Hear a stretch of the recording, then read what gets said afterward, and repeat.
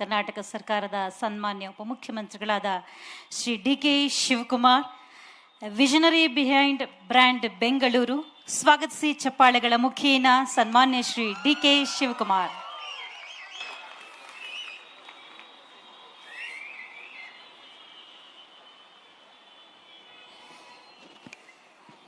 ಗೌರವಾನ್ವಿತ ಮುಖ್ಯಮಂತ್ರಿಗಳೇ, ಸಿದ್ದರಾಮಯ್ಯ ಸಾಹೇಬ್ರೆ, ಬಸವರಾಜ ಹೊರಟ್ಟಿ ಸಾಹೇಬ್ರೆ, ಸಹೋದ್ಯೋಗಿಗಳಂತ ಜಾರ್ಜ್ ಅವರೇ, ಶಿವರಾಜ್ ಕುಮಾರ್ ಅವರೇ, ಅಧ್ಯಕ್ಷತೆ ವಹಿಸ್ತಕ್ಕಂಥ ರಿಜ್ವಾನ್ ಅಹಮದ್ ರವರೇ, ಅರ್ಷದ್ ರವರೇ, ನಜೀರ್ ಅಹಮದ್ ರವರೇ, ಗೋವಿಂದರಾಜ್ ಅವರೇ, ಸಲೀಂ ರವರೇ, ನಟಿ ಉಮಾಶ್ರೀ ಅವರೇ, ನಮ್ಗೆ MLC ಅಲ್ಲ ಅವರು, ಇನ್ನು ನಮ್ಮ ನಟಿ ಅಂತಲೇ ತಿಳ್ಕೊಂಡು ಟೈಮ್ ಫೋನ್ ಮಾಡಿದಾಗೆಲ್ಲ ನನಗೆ ಇವತ್ತು ಟೈಮ್ ಕೊಟ್ಟಿದ್ದೀನಿ, ಶೂಟಿಂಗ್ ಹೋಗ್ತಾ ಇರ್ತೀನಿ ಅಂತ ಹೇಳ್ತಾ ಇರ್ತಾರೆ. ಪ್ರಿಯಾಂಕಾ ಮೋನಿ ಅವರೇ, ವಿಶೇಷವಾಗಿ ನಮ್ಮ ಕಿಶೋರ್ ಅವರು ಭಾಳ ಅವರ ವಿಚಾರವನ್ನು ಪ್ರಸ್ತಾವನೆ ಮಾಡಿದ್ರು. ಸಾಧು ಕೋಕಿಲಾರ್ ಅವರು, ಅವರು ಪೋಲೆಂಡ್ ಅಂಬಾಸಿಡರ್ ಬಂದಿದ್ದಾರೆ, ನರಸಿಂಹಲು ಇದ್ದಾರೆ, ಮತ್ತು ನಮ್ಮ ಸೆಕ್ರೆಟರಿ ಇದ್ದಾರೆ ಕಾವೇರಿ ಅವರು, ಮತ್ತು ಕಮಿಷನರ್ ಇದ್ದಾರೆ, ಇನ್ಫಾರ್ಮೇಷನ್ ಕಮಿಷನರು. ಮುಖ್ಯವಾಗಿ ತಾವೆಲ್ಲ ಭಾಳ ಜನ ಕಲಾವಿದರು ಬಂದಿದ್ದೀರಿ, ಪ್ರೊಡ್ಯೂಸರ್ಸ್ ಬಂದಿದ್ದೀರಿ, ಆ್ಯಕ್ಟರ್ಸ್ ಬಂದಿದ್ದೀರಿ, ಸಪೋರ್ಟ್ ಮಾಡೋಂಥವ್ರು ಚಲನಚಿತ್ರಕ್ಕೆ. ಸ್ಟೇಜ್ ಮೇಲಿರೋರ್ಕಿಂತ ನಿಮಗೆ ಯಾರ್ಯಾರು ಇದಕ್ಕೆ ಪಾರ್ಟಿಸಿಪೇಟ್ ಮಾಡಿದ್ದೀರಿ ನಿಮ್ಮೆಲ್ಲರೂ ಕೂಡ ಸರ್ಕಾರದ ಪರವಾಗಿ ಅಭಿನಂದನೆ ಸಲ್ಲಿಸಲಿಕ್ಕೆ ನಾನು ಬಯಸ್ತಾ ಇದ್ದೇನೆ. And I would like to first thank all the guests who have come from all over the country and the globe for this international film festival at Bangalore. The garden city with such a beautiful atmosphere, you see the weather and the culture. India is very strong, Bangalore is very strong for this weather which you are. This is a air conditioned city itself. This is the strength of Bangalore. ಮತ್ತು ನಾನು ಇವತ್ತು ಬಹಳ ಜನ ಎಲ್ಲ ಕಲಾವಿದರೆಲ್ಲ ಮಾತಾಡಿದ್ದಾರೆ, ಇನ್ನು chief minister ಕೂಡ ಮಾತಾಡಿದ್ದಾರೆ. ಉತ್ತಮ ಸಾಹಿತ್ಯ, ಸಂಗೀತ, ಸಿನಿಮಾ, ನಮ್ಮ ಸಂಸ್ಕೃತಿನೇ ನಮ್ಮ ದೇಶದ ಒಂದು ದೊಡ್ಡ ಆಸ್ತಿ.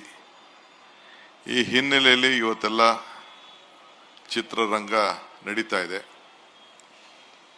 ಸರ್ವೆ ನೋಡಿದ್ದೀನಿ ನಾನು ಇದ್ರ ಬಗ್ಗೆ. ಸುಮಾರು 18% ಪಾಪ್ಯುಲೇಷನ್ಗೆ ಎಂಪ್ಲಾಯ್ಮೆಂಟ್ ಕ್ರಿಯೇಟ್ ಮಾಡೋದು ನಮ್ಮ film industry. Direct indirect employment create ಮಾಡೋಂಥದ್ದು ಫಿಲಮ್ ಇಂಡಸ್ಟ್ರಿ. ನಾನೊಬ್ಬ ಎಕ್ಸಿಬಿಟರ್ ಆಗಿ ಬೆಳೆದವನು. ಇಂದಿರಾ ಗಾಂಧಿ ಹೆಸರಿನಲ್ಲಿ ಚಿತ್ರಮಂದಿರ ಇಟ್ಟಿದ್ದವನು. 4 ಚಿತ್ರಮಂದಿರ ಊರಲ್ಲಿತ್ತು, ಬಿಟ್ಬಿಟ್ಟೆ ಎಲ್ಲ ನಮ್ಮ ಟೂರಿಂಗ್ ಟ್ಯಾಕೀಸ್ಗಳು ಇಟ್ಕೊಂಡಿದ್ದೆ. ಈಗ 23 ಸ್ಕ್ರೀನ್ ಇದೆ. ಆ 23 ಸ್ಕ್ರೀನಲ್ಲಿ ಒಂದಿನನೂ ಕೂತ್ಕೊಂಡು ನೋಡೋಷ್ಟು ನನಗೆ ಭಾಗ್ಯ ಸಿಕ್ಕಲಿಲ್ಲ, ಟೈಮ್ ಸಿಕ್ಕಲಿಲ್ಲ. ಸೊ ಆದರೂ ಕೂಡ ನನಗೂ ಈ ಚಿತ್ರರಂಗಕ್ಕೂ, ನನಗಲ್ಲ ಬೇಕಾದಷ್ಟು ರಾಜಕಾರಣಿಗಳಿಗೂ ಚಿತ್ರರಂಗಕ್ಕೂ ಭಾಳ ನಂಟು. ಬೇಕಾದಷ್ಟು ಎಲ್ಲ ಮಕ್ಕಳುಗಳೆಲ್ಲ ಚಿತ್ರಮಂದಿರಕ್ಕೆ ಎಂಟ್ರಿ ಕೊಟ್ಬಿಟ್ಟು ಪ್ರಮೋಟ್ ಮಾಡಿಬಿಟ್ಟು ರಾಜಕೀಯಕ್ಕೆ ತರಕ್ಕೆ ಬೇಕಾದಷ್ಟು ಜನ ಪ್ರಯತ್ನ ಮಾಡಿದ್ದಾರೆ. ಕೆಲವು ಸಕ್ಸಸ್ ಆಗಿದ್ದಾರೆ, ಕೆಲವು ಫೇಲ್ ಆಗಿದ್ದಾರೆ. ನಮ್ಮ ರಾಜ್ಯವರಾದಂಥ ಜಯಲಲಿತಾ ಇರ್ಬೋದು, ರಜನಿಕಾಂತ್ ಇರ್ಬೋದು, ಇವರೆಲ್ಲ ಹೋಗಿ ಬೇರೆ ಬೇರೆ ರಾಜ್ಯದಲ್ಲಿ ಭಾಳ ಪ್ರಸಿದ್ಧವಾಗಿ ಬೆಳೆದಂಥವ್ರು. ರಾಜ್ಯ ನಾಯಕ, ರಾಷ್ಟ್ರ ನಾಯಕತ್ವ ಎಲ್ಲ ಚೀಫ್ ಮಿನಿಸ್ಟರ್ಗಳಾಗಿದ್ದೆಲ್ಲ NTR ಅಂಥವರೆಲ್ಲ ತಮಿಳುನಾಡಲ್ಲೆಲ್ಲ ನಾವೆಲ್ಲ ಗಮನಿಸಿದ್ದೇವೆ. ಸೊ ಅವ್ರು ಹೇಳ್ದಂಗೆ ಬ್ಯಾರಿಯರ್ ಇಲ್ಲ, ಯಾರು ಎಲ್ಲಿ ಬೇಕಾದ್ರೂ ಬೆಳಿಬೋದು, ಮಾಡ್ಬೋದು. ಸೊ ಕೆಲವು ನೀವೆಲ್ಲ ಬಣ್ಣ ಹಾಕ್ಕೊಂಡು ನಾಟಕ ಮಾಡ್ತೀರಿ, ನಾವು ಬಣ್ಣ ಹಾಕೊಳ್ದೆ ದಿನ ಸಿನಿಮಾ ಮಾಡ್ತಾ ಇದ್ದೀವಿ, ಬಣ್ಣ ಹಾಕೊಳ್ಳದೆ ಸಿನಿಮಾ ಮಾಡ್ತಾ ಇದ್ದೀವಿ. ಬಟ್ ನನಗೆ ಈ ಫಿಲಮ್ ಇಂಡಸ್ಟ್ರಿ ಬಗ್ಗೆ ಭಾಳ ಕೋಪ ಬಂದ್ಬಿಟ್ಟಿದೆ, ನನಗೆ ಸಿಟ್ಟು ಬಂದ್ಬಿಟ್ಟಿದೆ. ಫಿಲಮ್ ಚೇಂಬರ್ ಆಫ್ ಕಾಮರ್ಸು, ಈ ಆ್ಯಕ್ಟ್ರ್ಗಳ ಬಗ್ಗೆ ನನಗೆ ಸಿಟ್ಟು. ನೋಡ್ತಾ ಇದ್ದಾನೆ ವೆಂಕಟೇಶು. ಯಾಕೆ ಅಂದರೆ ನಾವು ನಮ್ಮ ನೀರು ನಮ್ಮ ಹಕ್ಕು ಅಂತ ಪಾದಯಾತ್ರೆ ಮಾಡಿದೋ ಕಷ್ಟ ಕಾಲದಲ್ಲಿ ಬೆಂಗಳೂರಿಗೆ ನೀರಿಗೋಸ್ಕರ. ನಾನು ಸಿದ್ದರಾಮಯ್ಯನವರು ಎಲ್ಲ ಸೇರಿ ಒಂದು 150 ಕಿಲೋಮೀಟರ್ ನಡೆದು. ಕೋವಿಡ್ ಸಂದರ್ಭ, ನಮ್ಮ ಸ್ವಂತಕ್ಕೆ ನಾವು ನಡೀಲಿಲ್ಲ, ಆದರೆ ರಾಜ್ಯದ ಹಿತಕ್ಕೆ ನಾವು ನಡೆದೋ. ಸಾಧು ಕೋಕಿಲ ಮತ್ತು ವಿಜಿ ಇಬ್ಬರು ಬಿಟ್ಟರೆ ಯಾರೂ ಪಾರ್ಟಿಸಿಪೇಟ್ ಮಾಡಲಿಲ್ಲ. ನೀವು ಅಸೋಸಿಯೇಷನ್ ಅವ್ರು ಬಂದಿರಿ, ನೀವು ಅಲ್ಲ, ನಾನು ಕಲಾವಿದರ ಪೈಕಿ ಕೇಳ್ತಾ ಇದ್ದೀನಿ. ನೀವೆಲ್ಲ ಮ್ಯಾನೇಜ್ಮೆಂಟ್ ಅವ್ರು ಕೆಲವ್ರು ಬಂದಿದ್ರಿ, ಚೇಂಬರ್ ಅವ್ರು, ನಾನೇ ಪರ್ಸನಲ್ ಆಗಿ ಬಂದು ಚೇಂಬರ್ ಕರೆದಿದ್ದೆ. ಸೊ ನನಗೆ ಈ ಆ್ಯಕ್ಟ್ರುಗಳು ಇವರೆಲ್ಲ ಕೆಲವರೆಲ್ಲ ಬಳಸ್ಕೊಳ್ತಾರೆ, ಆಮೇಲೆ ಬಿಸಾಕ್ತಾರೆ. ಸೊ ಹಂಗೆ ತಿಳ್ಕೊಳಕ್ಕೆ ಹೋಗ್ಬಿಡಿ. ಅದಿಷ್ಟಿಗೆ ನಮ್ಮ ಸರ್ಕಾರ ಬಂದ ತಕ್ಷಣ ಫಸ್ಟು ಸಾಧಕು ಗೆಲಾಗೆ ಅಧ್ಯಕ್ಷರು ಮಾಡಬೇಕು ಅಂತ ನಾನು ಚೀಫ್ ಮಿನಿಸ್ಟರ್ ಇಬ್ಬರು ಮಾತಾಡಿಕೊಂಡು ಅವ್ರಿಗೂ ಒಂದು ಅವಕಾಶವನ್ನು ಗುರುತಿಸ್ಬೇಕು. ನಮ್ಮ ಕಷ್ಟ ಕಾಲದಲ್ಲಿ ಯಾರು ನಿಂತ್ಕೊಂಡಿರ್ತಾರೆ ಅವ್ರು ನಾವು ಸಹಾಯ ಮಾಡಬೇಕು ಅಂತೇಳಿ ಇವತ್ತು ಅವ್ರಿಗೆ ನಾವು ಅಧ್ಯಕ್ಷರಾಗಿ ನಾವು ಮಾಡಿದ್ದೇವೆ. ಇದು ತಲೆಯಲ್ಲಿರಲಿ. ನಾವಿದನ್ನು ಗಮನಿಸೋದಿಲ್ಲ ಅಂತ ಯಾರೋ ತಿಳ್ಕೊಳಕ್ಕೆ ಹೋಗ್ಬೇಡಿ. ನಮಗೆ ಪ್ರತಿ ನಾಡಿ ಮಿಡ್ತ ಮೂಮೆಂಟು, ಯಾರ ಮೂಮೆಂಟ್ ಏನು, ಯಾರ ರಂಗ ಏನು ಎಲ್ಲ ಕೂಡ ನಮಗೆ ಅರಿವಿದೆ. ಸೊ ಜಸ್ಟ್ ನಾನು ಹಿತೈಷಿಯಾಗೂ ಹೇಳ್ತಾ ಇದ್ದೀನಿ, ನಾನು ಕೂಡ ಈ ಒಂದು ಫಿಲಮ್ ಫೀಲ್ಡ್ ಒಬ್ಬ ಎಕ್ಸಿಬಿಟರ್, ನಾನು one of the big exhibitor. ನಾನು ಕೂಡ ಇದನ್ನು ನಾನು ಹೇಳ್ತಾ ಇದ್ದೀನಿ. ಗೌರ್ಮೆಂಟು ನೀವು ಏನು ಇವತ್ತು ಕಾರ್ಯಕ್ರಮ ಪಾಪ ಒಂದು 10 ಜನ ಮಾತ್ರ ನೀವು ಪ್ರಾಮಿನೆಂಟ್ ಅವ್ರು ಕಾಣ್ತಾ ಇದ್ದೀರಿ. ಇದೇನು ಸಿದ್ದರಾಮಯ್ಯವ್ರ ಮನೆ ಪ್ರೋಗ್ರಾಮ್ ಅಲ್ಲ, ಡಿ ಕೆ ಶಿವಕುಮಾರ್ ಮನೆ ಪ್ರೋಗ್ರಾಮ್ ಅಲ್ಲ, ಇಲ್ಲ ಅಂದರೆ ಕಿಶೋರ್ದಲ್ಲ, ಸಾಧು ಕೋಕಿಲನ್ ಪ್ರೋಗ್ರಾಮ್ ಅಲ್ಲ. ಇದು ಇಂಡಸ್ಟ್ರಿ ಪ್ರೋಗ್ರಾಮ್. ಇದು ಈ ಇಂಡಸ್ಟ್ರಿ ಪ್ರೋಗ್ರಾಮ್ಗೆ ಆ್ಯಕ್ಟ್ರುಗಳು, ಪ್ರೊಡ್ಯೂಸರು, ಡೈರೆಕ್ಟರ್ಗಳು, ಕಲಾವಿದರು ಬರಲಿಲ್ಲ ಅಂತಂದರೆ ಯಾರು ಬರ್ತಾರೆ? ನಾವು ಬೇಕಾದ್ರೆ ಜನ ಸೇರ್ಸೋದೇನು, it is not a big thing. ಇದು ಎಲ್ಲರಿಗೂ, ಈಗ ಶಿವರಾಜ್ ಕುಮಾರ್ ಹೇಳಿದ್ರು ಇದು ನಮ್ಮನೆ ಹಬ್ಬ ಅಂತ ಹೇಳಿದ್ರು. ಆ ಭಾವನೆ ಪ್ರತಿಯೊಬ್ಬ ಕಲಾವಿದರಿಗೆ, ಪ್ರತಿಯೊಬ್ಬ ಎಕ್ಸಿಬಿಟರ್ಗೆ, ಪ್ರತಿಯೊಬ್ಬ ಪ್ರೊಡ್ಯೂಸರ್ಗೆ, ಡೈರೆಕ್ಟರ್ಗೆ, ಆ್ಯಕ್ಟ್ರಿಗೆ ಬರಲಿಲ್ಲ ಅಂತಂದರೆ ಏನಕ್ಕೆ ಫಿಲಮ್ ಫೆಸ್ಟಿವಲ್ ಮಾಡಬೇಕು?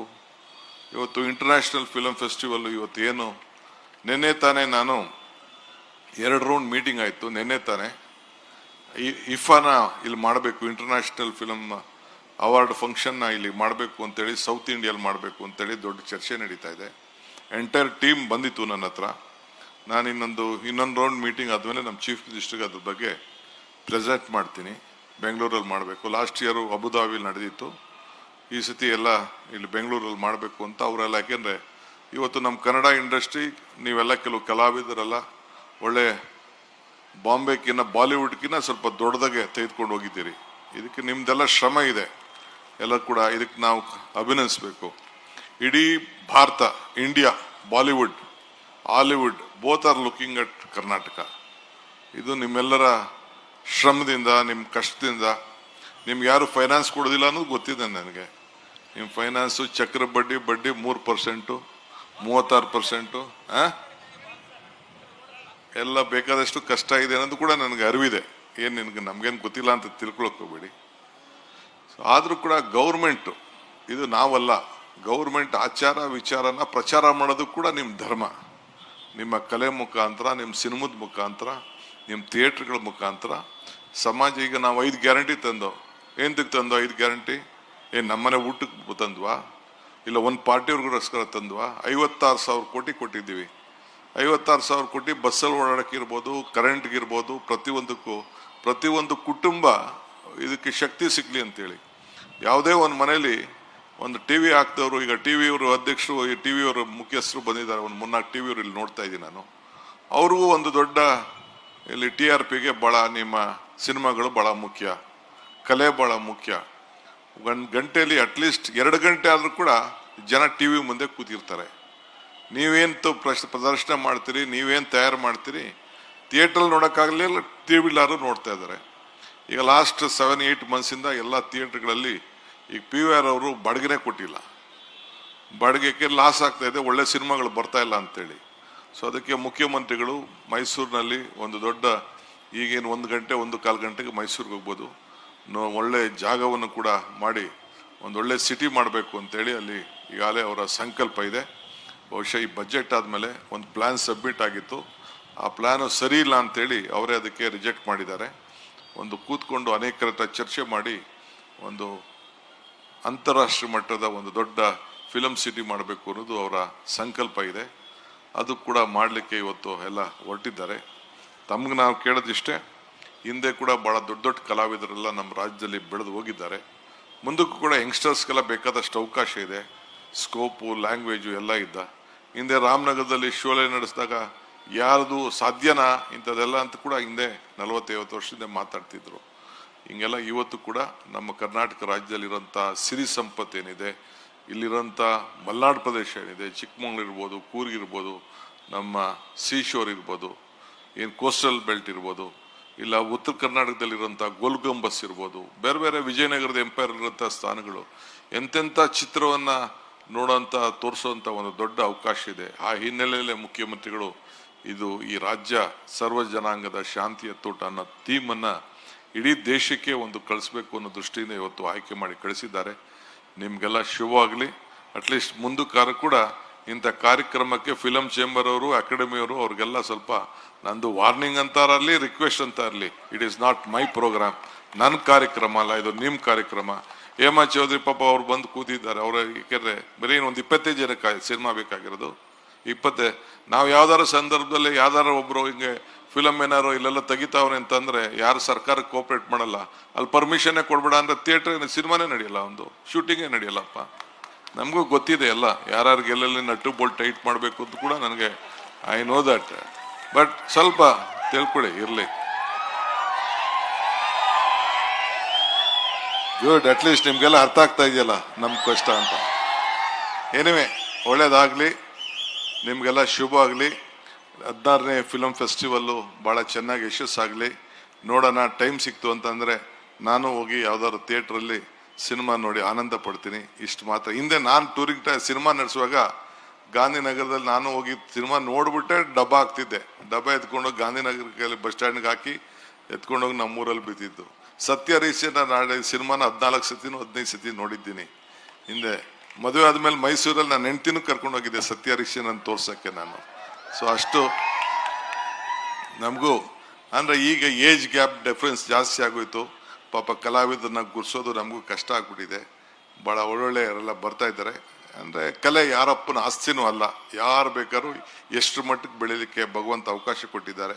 ನಿಮ್ಮೆಲ್ಲರಿಗೂ ಶುಭ ಆಗಲಿ ಅಂತ ಹಾರೈಸಿ ನಾನು ಮಾತು ಮುಗಿಸ್ತೇನೆ. ನಮಸ್ಕಾರ. SS ಟಿವಿ, ಸಿನಿಮಾ ಜಗತ್ತಿನ ಕ್ಷಣ ಕ್ಷಣದ ಸುದ್ದಿಯೊಂದಿಗೆ.